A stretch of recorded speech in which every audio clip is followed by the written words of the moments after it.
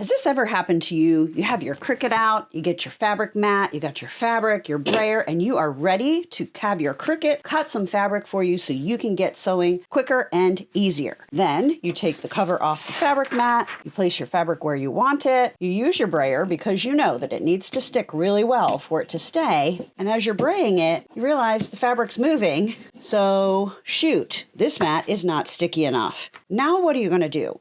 You're going to go to the store and buy a new one. The fabric mats really need to stay clean. You can fudge with some of the other ones a bit more, but if your fabric is not staying firmly in place, it is not going to cut well on your Cricut machine. So what do? Baby wipes to the rescue. I always store baby wipes upside down because whichever way you store it, the liquid is going to go. So if you store it this way, it's convenient to grab, but the bottom ones are going to be wetter than the top ones. So I always store them upside down. With 2 to 3 baby wipes, we're going to clean this puppy up and it is going to be ready to grip our fabric so that we can have our machine cut it. Now, all you need to do is take your baby wipe and press pretty firmly and move in circular motion so that it will pick up all of these threads. It looks like a bunch of lint on there, see that? But we have to get all these little threads off this mat and out of the cracks. It's probably a really good idea to get in the habit of doing this after each project so you don't get slowed down when you're ready to roll the next time. You don't have to stop, grab your baby wipes,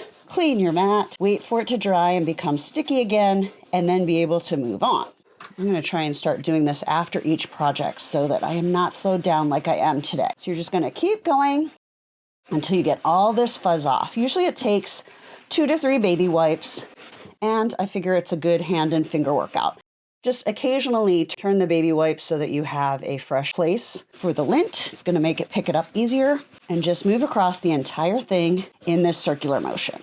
It's kind of like with your rotary mats. You never want to leave a bunch of fuzz in the cuts in your rotary mat when you're using your rotary cutter. And it's even more important with your Cricut because we need this to be sticky to hold our fabric. It's not going to be held by our ruler like we do when we are cutting by hand. All right, so that is pretty clean. Now I just need to wait for it to dry. And because I am a rather impatient person sometimes, I do just take a clean washcloth, put that down and just gently press. That'll just get some of the extra moisture from the baby wipe up. And then I'm just going to need to let that dry for a few minutes and it'll be nice and sticky and ready to go.